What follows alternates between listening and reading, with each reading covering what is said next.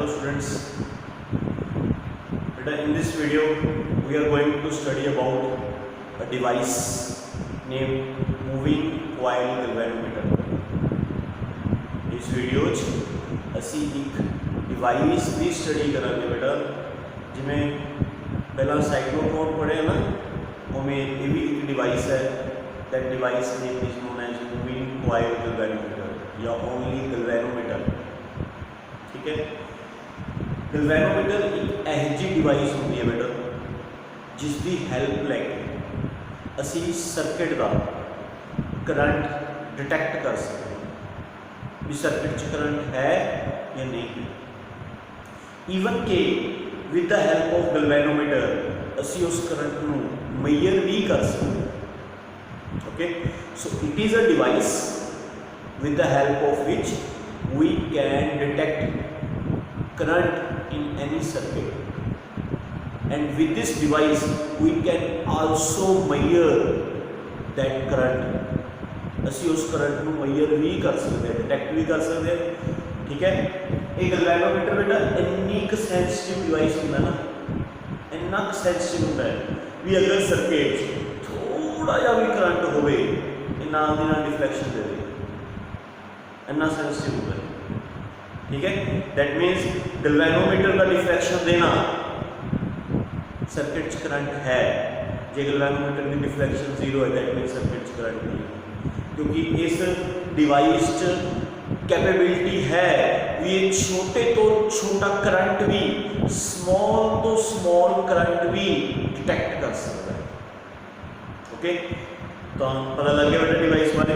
It is a device with the help of which we can detect the current in the circuit. Even we can measure it. असी उन्हें measure भी कर सकते हैं, असी detect भी कर सकते हैं. Is the principle, किस principle पे ये work कर रहा है? Is the principle बेटा इसको previous पीछे वाला टॉपिक है टॉर्क वाला. भी अगर कोई coil magnetic field पे है, जो coil चो करंट पास आउट होएगा तो कॉइल पे टॉर्क लगेगी.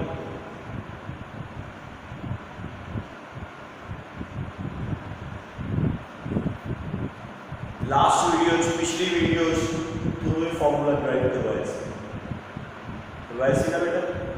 एन कॉइल के number of turns, I current, B magnetic field, A coil का एरिया, थीटा याद है, theta angle between magnetic field and plane of coil.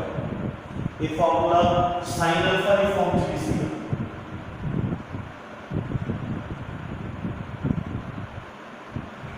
Alpha is angle between magnetic field and direction of area. Angle between magnetic field and direction of area. Theta is angle between magnetic field and plane of the coil. Clear?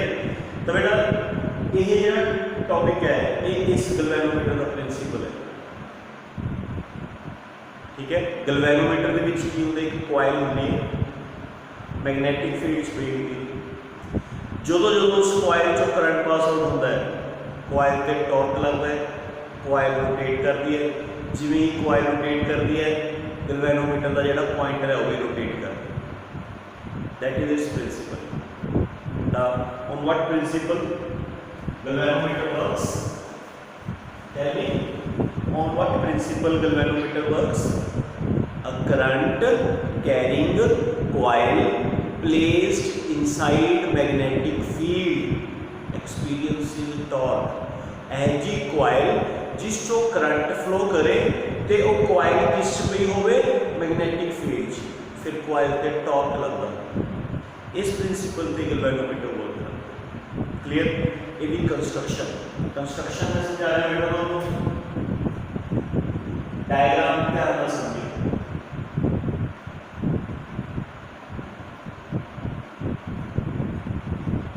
एक plastic का box होता है,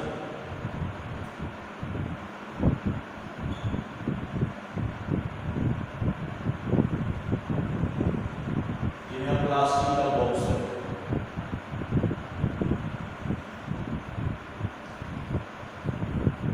galvanometer के दो terminals होते हैं.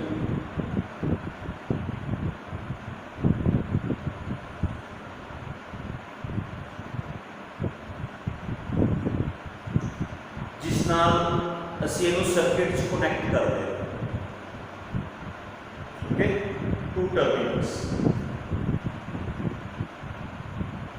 ਇੱਥੇ ਇੱਕ ਰੈਕਟੈਂਗੂਲਰ ਫਰੇਮ ਦੇ ਉੱਪਰ एक रेक्टेंगुलर फ्रेम है। फ्रेम मतलब ये अंदर खाली है, खाली है। ओके, मेटल का फ्रेम है, मेटल जिसके ऊपर कॉपर वायर पाउडर की है। बहुत सारी टर्म्स होती हैं, थाउजेंड्स टर्म्स होती हैं, थाउजेंड्स।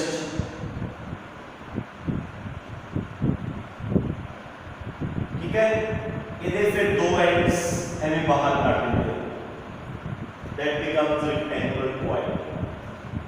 मेटल फ्रेम के ऊपर, मेटल फ्रेम के ऊपर डिवाइडर रॉड क्लियर। फिर वो 2 एंड्स काट देते हैं मेटल, एक एंड ऊपर एक एंड नीचे।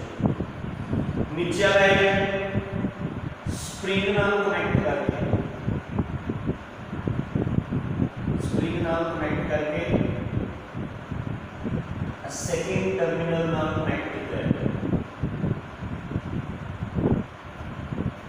सेकेंड टर्मिनल ऊपर है, इथे गैल्वेनोमीटर के टॉप पे एक स्ट्रिप कनेक्ट की गई है, एक स्ट्रिप छोटी फॉस्फर ब्रॉन्ज मटीरियल की स्ट्रिप कनेक्ट की गई जिसका अपर एंड फिक्स है, हिल नहीं सकता। लोअर एंड कॉइल नाल अटैच कर देना है। ये जेडी स्ट्रिप है, ये phosphor bronze material, phosphor bronze material की लिखी जाती है।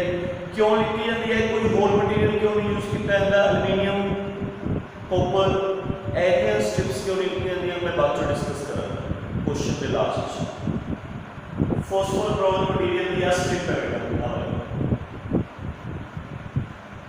एंड पूरे ही मिरर अरेंजमेंट या कह लो पॉइंटर मिलाया गया, pointer, that is the pointer of the galvanometer. Clear. Strip नो टर्मिनल मानना जुड़े हैं with the help of wire, it is connected with terminal. आवाज सर्किट पूरा हो गया। इस कॉइल को मैग्नेटिक फील्ड च रखा है, magnetic field.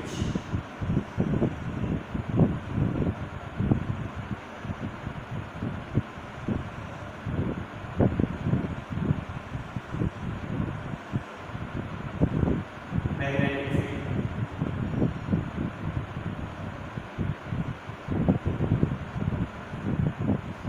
this is the construction of the galvanometer।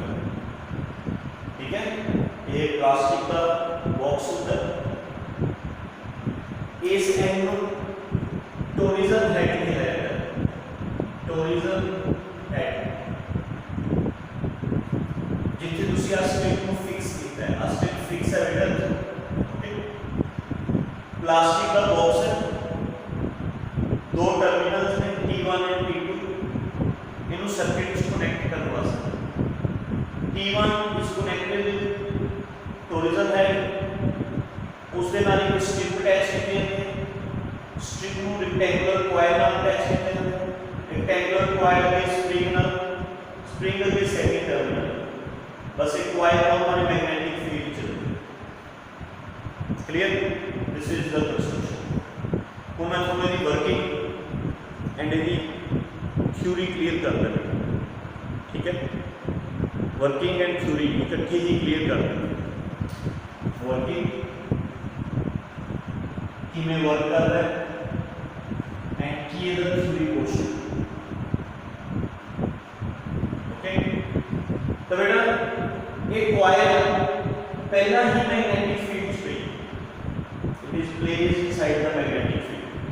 Suppose करो तुसी इस गैल्वेनोमीटर को सर्किट कनेक्ट कर एंड सर्किट करंट भी है, तो जो करंट है वो टर्मिनल 1 चो एंटर होके ਫੋਸਫਰ ਬ੍ਰੋਕ ਸਟ੍ਰਿਪ ਦੇ ਥਰੂ ਹੁੰਦਾ ਹੋਇਆ ਕੁਆਇਲ ਚਾਹੇ ਐਵੇਂ ਸਰਕਟ ਪੂਰਾ ਹੋ ਜਾਏਗਾ। ਹੁਣ ਜਦੋਂ ਕੁਆਇਲ ਚੋਂ ਕਰੰਟ ਫਲੋ ਹੋਏਗਾ when coil carries current ਤਾਂ coil ਦੇ ਨਾਲ ਟਾਰਕ ਲੱਗੇਗਾ। coil ਦਾ ਪਲੇਨ ਮੈਗਨੈਟਿਕ ਫੀਲਡ ਦੇ ਪੈਰਲਲ ਇਹਨੂੰ ਰੇਡੀਅਲ ਮੈਗਨੈਟਿਕ ਫੀਲਡ ਕਹਿੰਦੇ ਨੇ। ਜਦੋਂ ਮੈਗਨੈਟਿਕ ਫੀਲਡ coil ਦੇ ਪਲੇਨ ਦੇ ਪੈਰਲਲ ਹੋਵੇ ਰੇਡੀਅਲ। ਇਹ 1 ਮਾਰਕਸ ਦਾ ਨਾ ਟੀਚਰਸ ਕੁਐਸਚਨ ਪੁੱਛ ਲੈਂਦੇ ਨੇ what is radial magnetic field? When magnetic field is parallel to the plane of coil and coil experiences maximum torque। जेड़ा मैग्नेटिक फील्ड coil ਦੇ plane ਦੇ ਪੈਰਲਲ ਹੋਵੇ ਜਿਵੇਂ ਹੋਵੇ ਫਿਰ coil ਤੇ ਮੈਕਸਿਮਮ ਟਾਰਕ ਲੱਗੇਗਾ। torque acting on the coil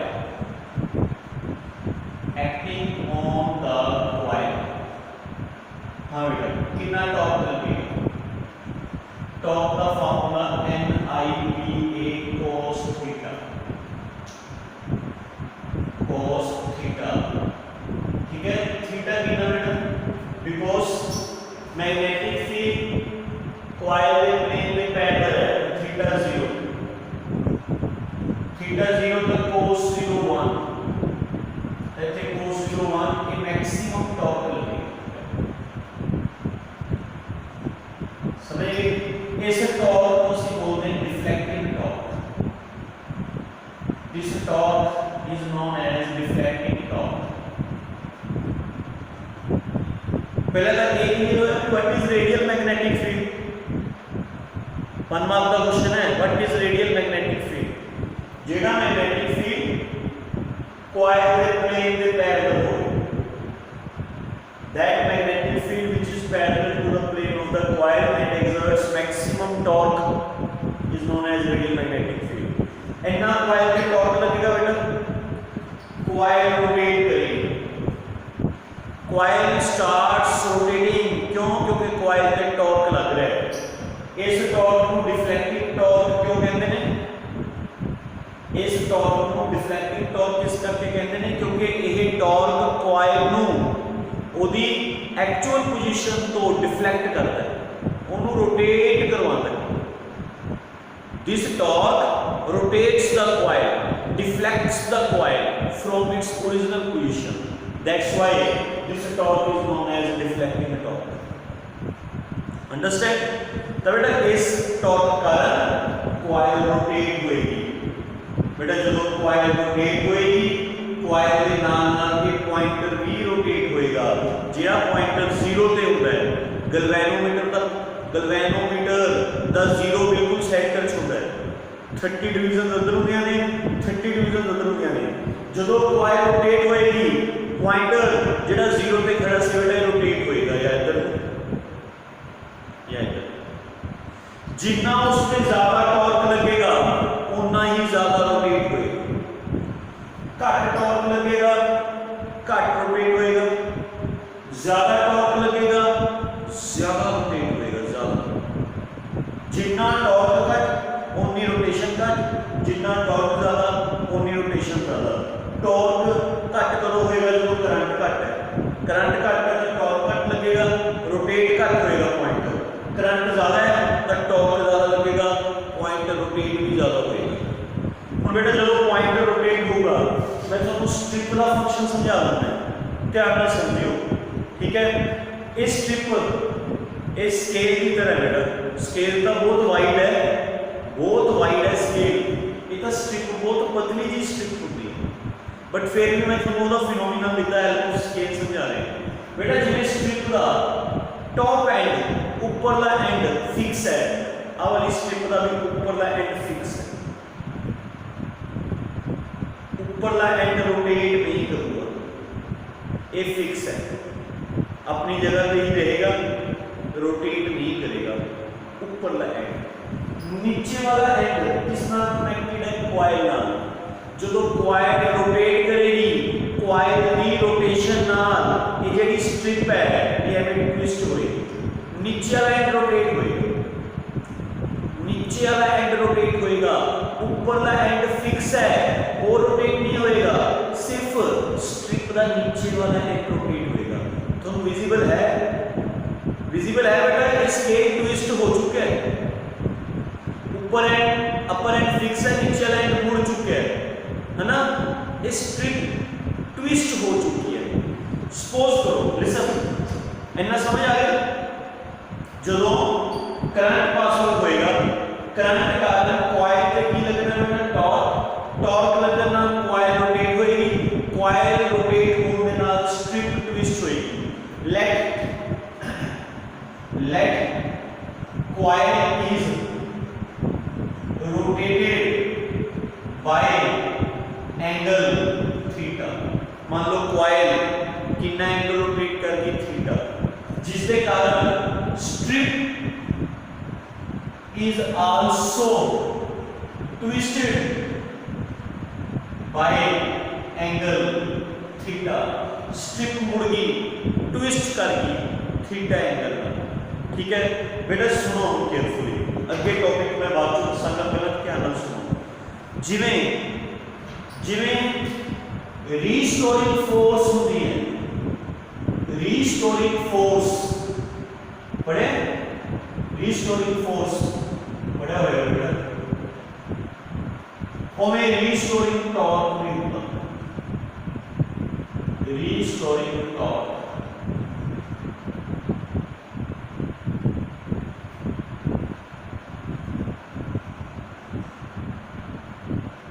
minus लगाने की लोड़ नहीं, माइनस साइन का डायरेक्शन दसदा होगा ना, रीस्टोरिंग फोर्स की डायरेक्शन दसदा होता है।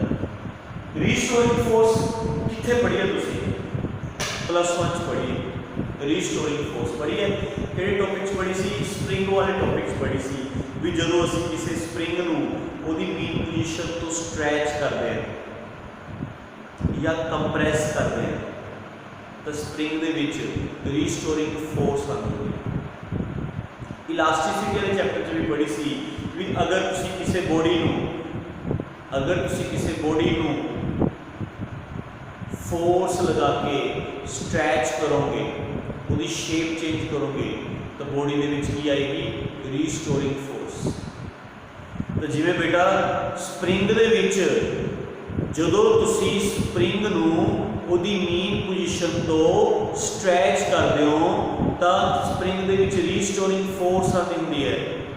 उवें जदों तुसीं एक स्ट्रिप नूं ट्विस्ट करोगे, ट्विस्ट इस रीस्टोरिंग टॉर्क आएगा, रीस्टोरिंग टॉर्क।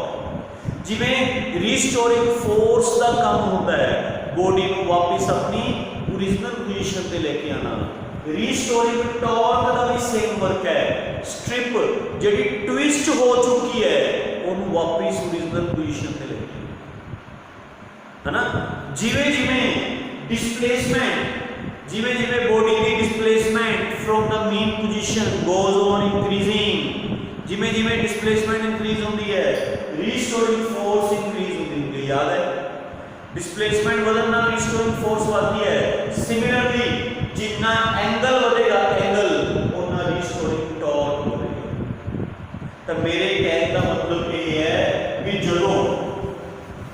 जदों करंट पास आउट होएगा, करंट पास आउट होने नाल कॉइल पे डिफ्लेक्टिंग टॉर्क लगेगा, डिफ्लेक्टिंग टॉर्क लगने नाल कॉइल रोटेट होएगी, कॉइल दे रोटेट होने नाल स्ट्रिप ट्विस्ट होएगी, ट्विस्ट स्ट्रिप ट्विस्ट होएगी तो स्ट्रिप च की आएगा?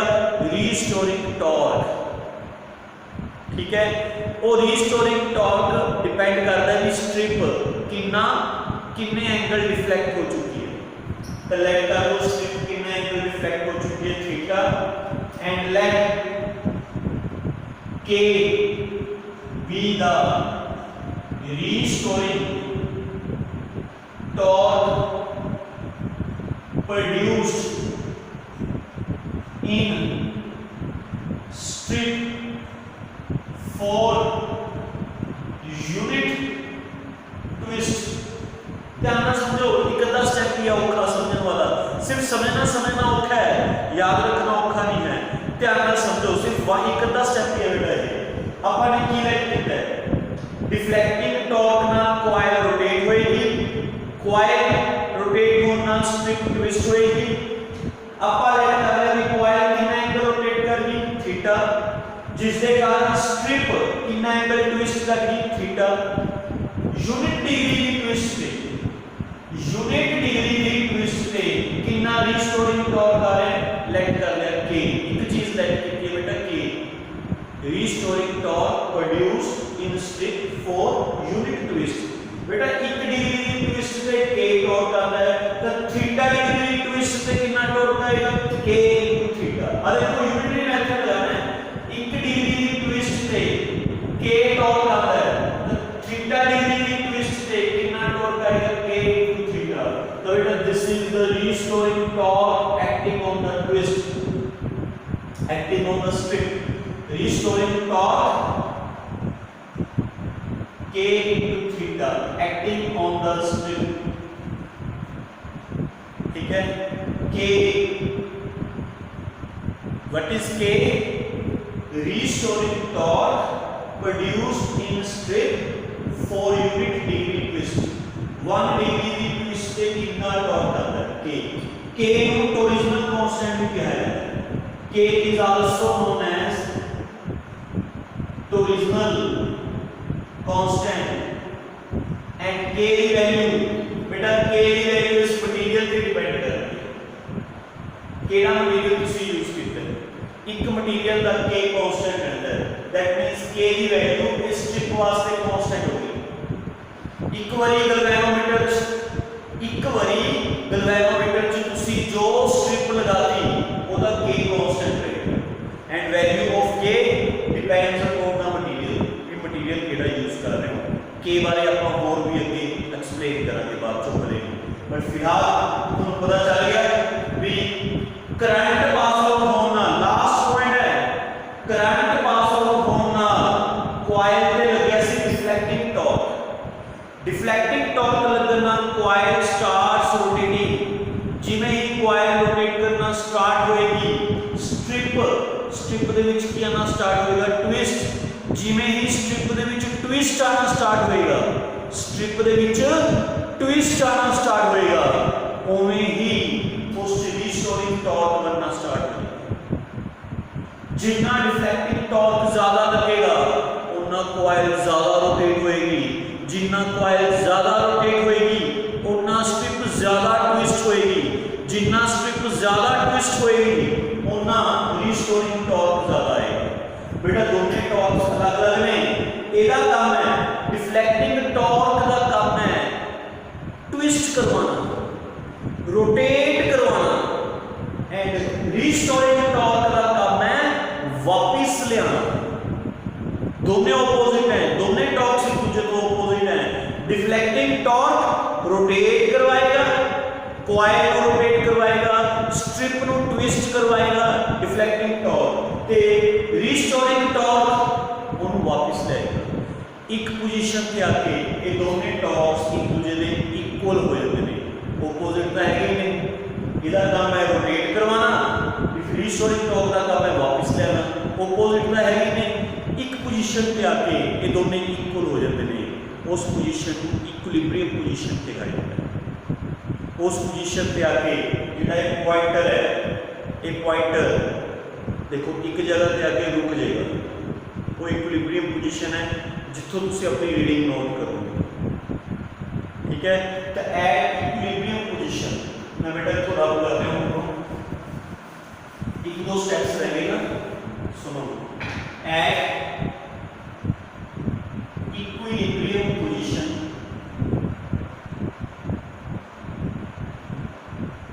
Equilibrium position deflecting torque becomes equal to restoring torque. Deflecting torque NIP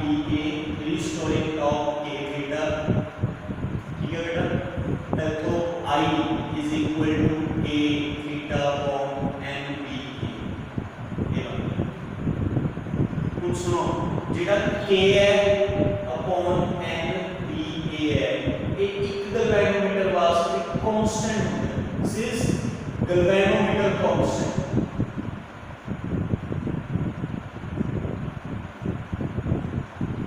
क्यों?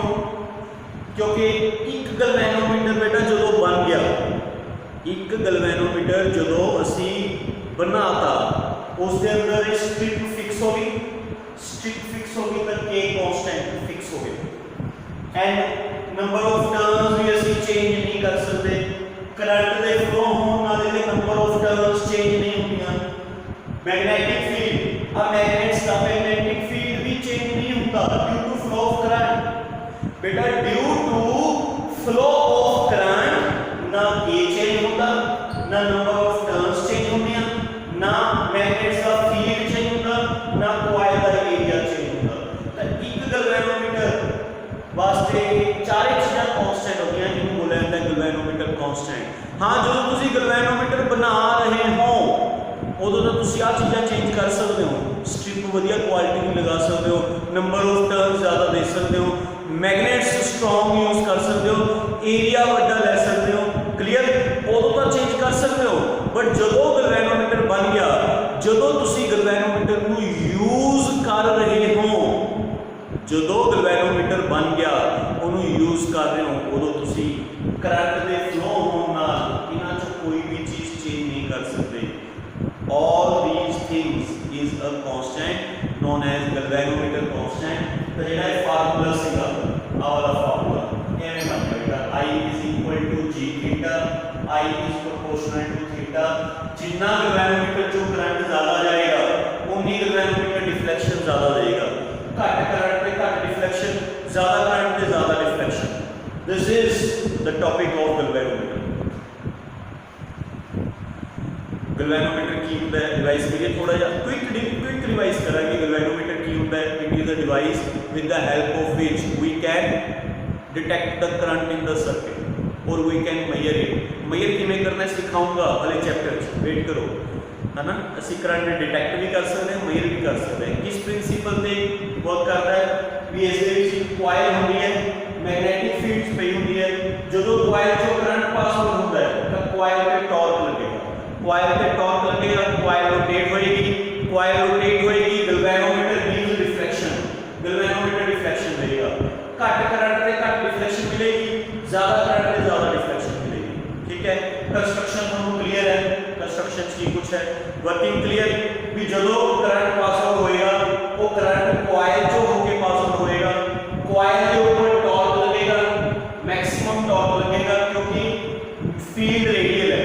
फील्ड रेडियल का मतलब जो फील्ड है वो कॉइल के प्लेन च है, कॉइल के प्लेन च होने करके टॉर्क मैक्सिमम लगेगा। उस टॉर्क को ਅਸੀਂ बोलांगे रिफ्लेक्टिंग टॉर्क। क्यों? क्योंकि उस टॉर्क का कॉइल रोटेट होएगी, जिवें ही कॉइल रोटेट होएगी स्ट्रिप ट्विस्ट होएगी, स्ट्रिप ट्विस्ट होएगी, स्ट्रिप च रीस्टोरिंग टॉर्क आएगा। स्ट्रिप जितना ज्यादा ट्विस्ट होएगी उतना उसका रीस्टोरिंग टॉर्क वधी जाएगा। ठीक है, तो आप ये वेट करते हैं स्ट्रिप कितना ट्विस्ट हुई due to this torque, strip कितना ट्विस्ट हुई थीटा एंड 1 डिग्री के ट्विस्ट से कितना टॉर्क आया K। What is K? Restoring torque produced in strip for 1 degree twist. 1 degree की ट्विस्ट पे K रीस्टोरिंग टॉर्क आ रहा है, तो थीटा डिग्री की ट्विस्ट पे कितना रीस्टोरिंग टॉर्क आएगा K थीटा। ये आ गया अपने को total restoring torque. K is also known as torsional constant। K की वैल्यू स्ट्रिप के मटेरियल पे डिपेंड करती है, it's value depends on the material of the strip. Material same है K की वैल्यू सेम रहेगी, मटेरियल चेंज करोगे K की वैल्यू चेंज होगी। ठीक है, तो दो टॉर्क्स लगेंगे कॉइल पे, एक डिफ्लेक्टिंग टॉर्क जेड़ा उन्हें रोटेट करवाएगा, एक रीस्टोरिंग टॉर्क जेड़ा उन्हें वापस लाएगा, है ना। एट इक्विलिब्रियम पोजीशन दोनों टॉर्क्स इक्वल होंगे, इक्वल होंगे तो आ टर्म्स नीचे आ गया K upon NBA। K upon NBA is constant quantity for one galvanometer। This is known as galvanometer constant। I is directly proportional to theta। Formula उसका अभी याद है, क्लियर? इस दे विच गैल्वेनोमीटर देखो क्वेश्चन पूरा हो चुका है। आप और गैल्वेनोमीटर की होता है डिस्कस कर चुके हैं, प्रिंसिपल डिस्कस कर चुके हैं, कंस्ट्रक्शन डिस्कस कर चुके हैं, वर्किंग डिस्कस कर चुके हैं, थ्योरी डिस्कस कर चुके हैं। This is about theory. Okay, हुन इस च ना छोटे छोटे 1 मार्क्स क्वेश्चन बनते हैं, 1 मार्क्स के क्वेश्चंस। ठीक है, मैं तुमको क्वेश्चंस क्लियर कर दें। ठीक है,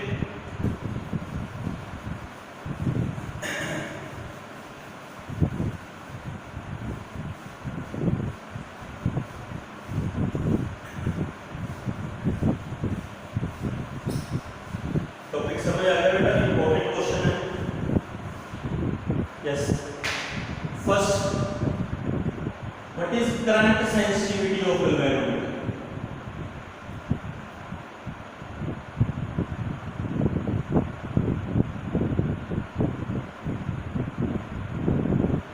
डिनोटेड बाय IS। पेपर चाहे क्वेश्चन भी गैल्वेनोमीटर की करंट सेंसिटिविटी का मतलब की current sensitivity means deflection produced in galvanometer per unit current। जो गैल्वेनोमीटर जो 1 एम्पीयर का करंट पास आउट होएगा, यूनिट करंट पास आउट होएगा, तो कितनी डिफ्लेक्शन आएगी? Deflection produced per unit current, that means current sensitivity is equal to deflection produced per unit current, is known as current sensitivity. Unit current पे कितनी deflection है current sensitivity? इथों बेटा theta upon I का formula बना लो, आई नीचे ले लो, के उधर नीचे आ जाएगा, तो थीटा अपॉन आई का एक फार्मूला इथों भी बन N B A upon K. This is also the formula of current sensitivity. Current sensitivity units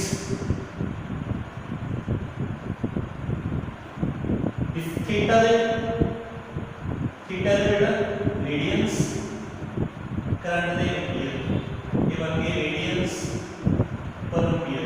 radiance per ampere से भी मेल होती है, डिवीजंस पर एम्पीयर से भी मेल होती है, डिवीजंस पर एम्पीयर। डिफ्लेक्शन ऐसे डिवीजंस से भी मेल कर देना भी गैल्वेनोमीटर दी नीडल 5 डिवीजंस डिफ्लेक्ट होगी या गैल्वेनोमीटर दी नीडल 10 डिवीजंस डिफ्लेक्ट होगी। The deflection is also measured in divisions, the radians per ampere या डिवीजंस पर एम्पीयर। ठीक है, सेकंड 1 मार्क क्वेश्चन है voltage sensitivity. Voltage sensitivity of galvanometer denoted by Vs। बेटा क्या होती है? Deflection produced per unit potential difference. जिਵੇਂ ਇਹ ਸੀ ਨਾ deflection produced per unit current sensitivity, deflection produced per unit voltage sensitivity. तो फार्मूला ਦਾ ਇਹ ਬਣ ਗਿਆ ਬੇਟਾ थीटा अपॉन V। एक ओम्स लॉ ਦੇ according V is equal to IR ਹੁੰਦਾ। तो theta upon I is known as current sensitivity। current sensitivity upon resistance is equal to voltage sensitivity। गलत ना कर दियो, बहुत सारे स्टूडेंट्स ऐसे गलत कर देते हैं कि जिਵੇਂ V is equal to IR है उमें VS is equal to IS into R होएगा। समझ रहे हो मैं की बोल रहे हैं कि जिਵੇਂ ओम्स लॉ है V is equal to IR उमें VS is equal to IS into R होएगा, into R होएगा। into R नहीं है, डिवाइडेड बाय R है। तो बी अलर्ट, ये मिस्टेक ਤੁਸੀਂ करोगे।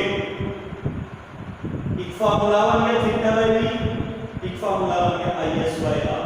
ठीक है, एक ਤੁਸੀਂ IS की वैल्यू आवर इक्वल करो, our value IS N BA upon K, ये भी फार्मूला बन गया voltage sensitivity. Units voltage sensitivity के यूनिट्स, ठीक है, deflection radians volt, potential difference दे वोल्ट, तब बन जाएंगे रेडियंस पर वोल्ट या डिवीजंस पर वोल्ट।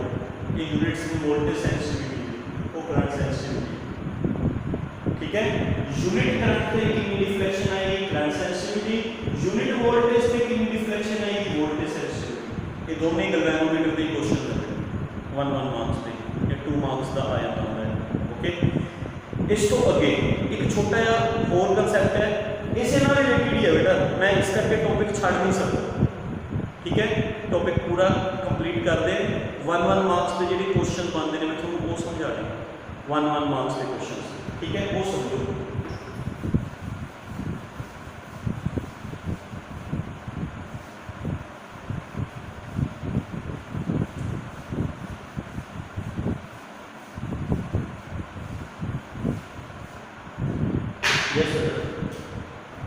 Sensitiveness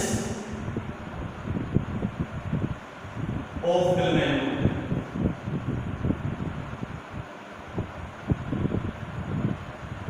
या sensitivity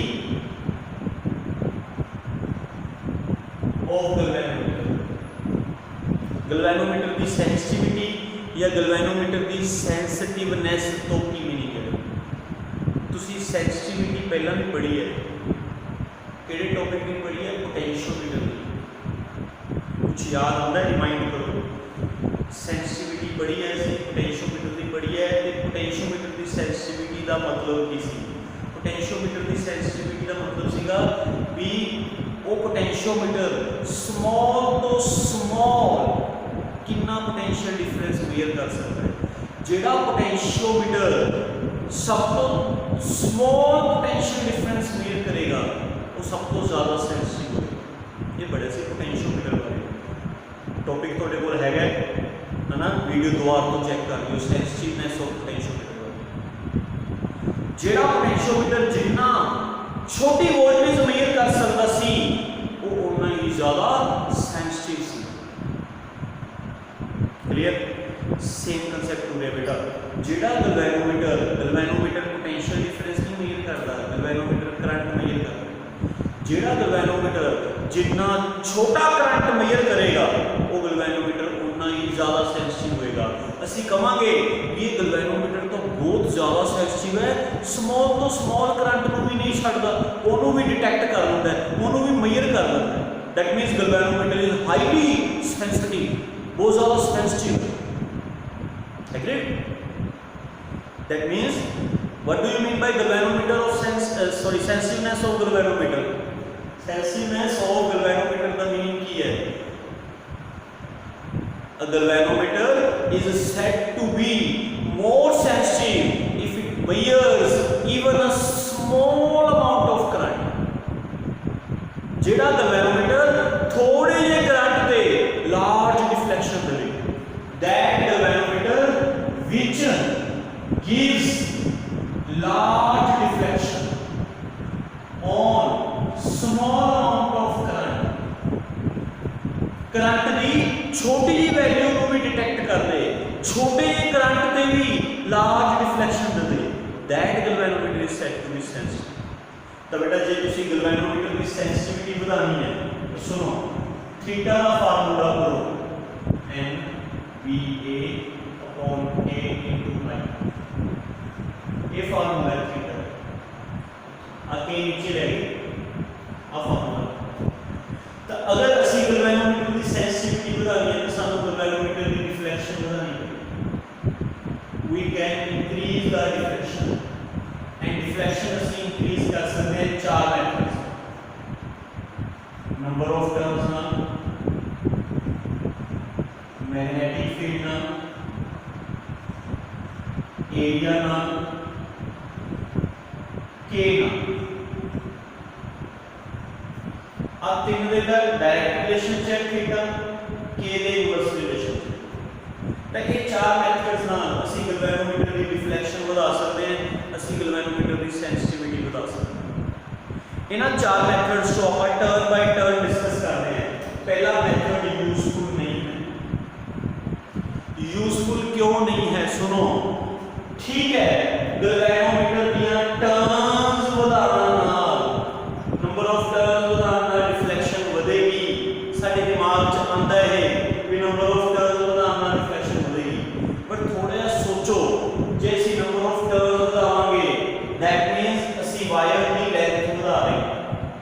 ਜਿੰਨੀ ਵਾਇਰ ਛੋਟੀ ਹੈ ਉਹਦੀਆਂ ਟਰन्स ਘੱਟ ਆਣਗੀਆਂ, ਜਿਹੜੀ ਵਾਇਰ ਲੌਂਗ ਹੈ ਉਹਦੀਆਂ टर्न्स ਜ਼ਿਆਦਾ आएंगे।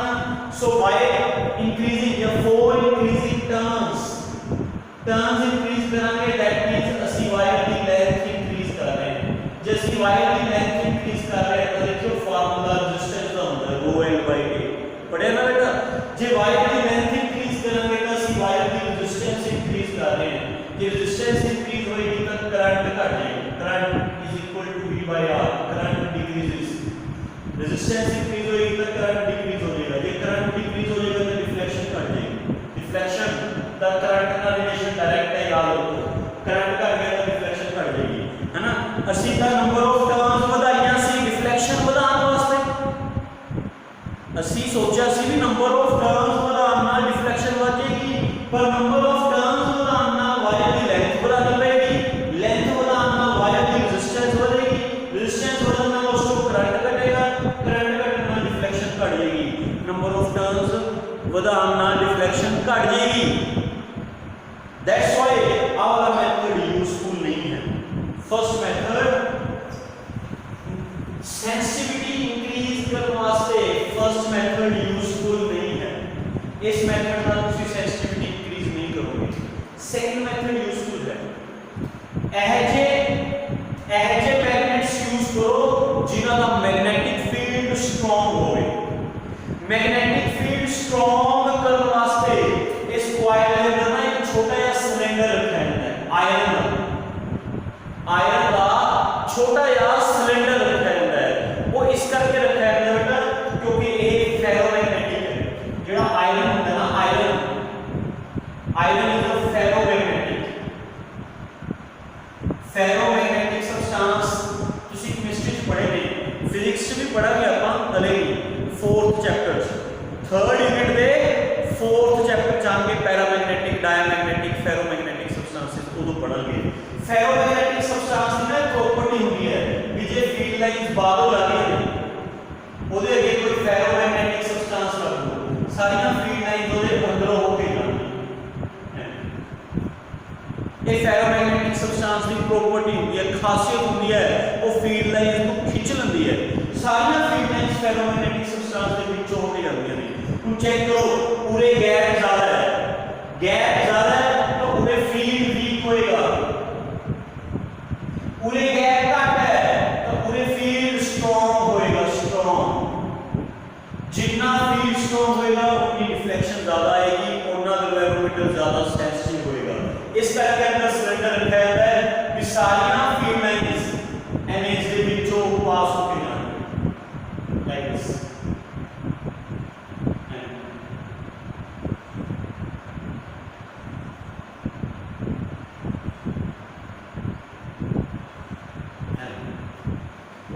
पास हो गया। देखो इतने फील्ड लाइन नजदीक आ गया, फील्ड लाइन नजदीक आ गया तो मैग्नेटिक फील्ड स्ट्रांग हो गया। मैग्नेटिक फील्ड स्ट्रांग हो गया तो डिफ्लेक्शन बढ़ गई, गैल्वेनोमीटर की सेंसिटिविटी बढ़ गई। दैट्स व्हाई गैल्वेनोमीटर की कॉइल के अंदर छोटा सा सिलेंडर रखा है only for making galvanometer more sensitive by increasing field increase करना है। मैग्नेट्स स्ट्रांग यूज करो। हॉर्स शू टाइप मैग्नेट आते हैं, horseshoe type magnets use करो, उन्होंने मैग्नेटिक फील्ड स्ट्रांग होता है। मैग्नेटिक फील्ड स्ट्रांग होएगा रिफ्लेक्शन बढ़ेगी। दैट मींस ए वाला मेथड सही है। For increasing sensitivity of galvanometer we can increase the magnetic field. Magnetic field increase किया जा सकता है दो तरीके ना, एक तो horse shoe type magnet use करके, एक इतने सिलेंडर आयरन का छोटा जिहा फेरोमैग्नेटिक सब्सटेंस का छोटा जिहा सिलेंडर रख के तुसी मैग्नेटिक फील्ड बता सकते हो, तुसी गैल्वेनोमीटर की सेंसिटिविटी बता सकते हो। सेकंड मेथड यूजफुल है, ठीक है बेटा। Come to third method. Third method भी यूजफुल नहीं है। थर्ड मेथड यूजफुल नहीं है, ठीक है। थर्ड मेथड कहते कॉइल का एरिया बढ़ा बेटा। जे कॉइल का एरिया बढ़ाओगे, जेडी कॉइल फील्ड तो बाहर चली गई वो यूजलेस है, उससे टॉर्क नहीं लगना, क्योंकि टॉर्क सिर्फ उस कॉइल पे लगेगा जिहड़ी कॉइल मैग्नेटिक फील्ड के अंदर पई। ठीक है, तुसी एरिया बढ़ाता, एरिया वो कॉइल फील्ड तो बाहर चली यूजलेस है। हाँ तुसी सोचोगे असि मैग्नेट वड्डे ले लेंगे, जे तुसी मैग्नेट वड्डे लोगे गैल्वेनोमीटर बल्कि बन जाएगा। बल्कि बन जाएगा, उन्हें चक के एक जगह तो दूसरी जगह लेके जाना डिफिकल्ट होएगा, 4-5 बंदे चाहिए होंगे।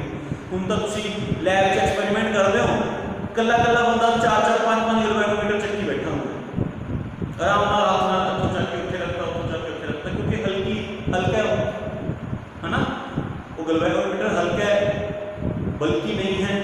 क्लियर।